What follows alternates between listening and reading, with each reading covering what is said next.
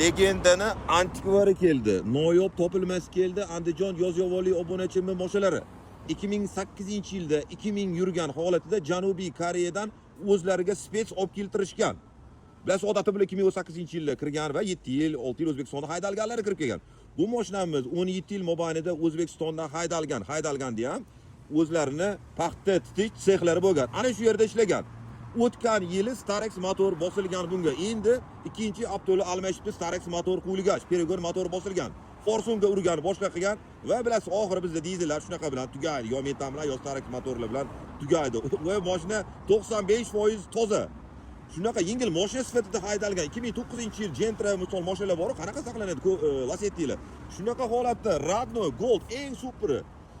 Bort Radnoy, galava 100% Radnoy. Mana bu yer ozgina qashqasi bor. Rehtobga qilib qo'yish kerak. Oldilari 100% Radnoy. Sepkil bo'lyapti, sepkil. Labovoy o'zini zavodskoyi, mana Kia Avtoglas. Qayerdan bilasiz buni? Soxtalarida mana bu mayda zarrachalari bo'lmaydi. O'zbekistonda quyiladigani mana bu yer tugaydi, qorada tugaydi. Buni mayda zarrachalargacha bor. O'ziniki mana bu yerini darvozaga qayerdir urib olishdi. Mana shu yerini remont qilib qo'yilgan. Hech qayerga almashmagan. Radnoy, mana bu yerlargacha Radnoy. Mana bu yerni qarang. Radnoy turibdi. Rezinkalar mana bu yerlari. Ichlari ham zo'r holatda. 287 ming yurgan O'zbekistonda. Mana bu Captiva'mi, Epica'mi rul. Yozib oling shuni, men zo'r eslolmayapman.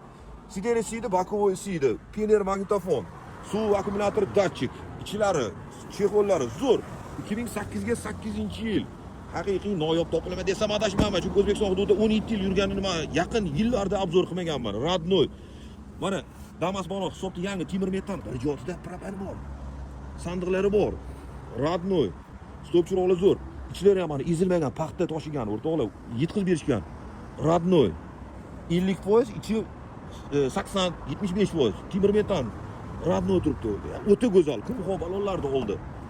O'rtoqlar, o'ta pul zarur bo'lib sotilyapti. Boshqa sabab yo'q. Boshqa hech qanaqa sabab yo'q. Motor, korobka, zadniy mo'zur. Kapotini ichini ham ko'raylik. 100% Radnoy.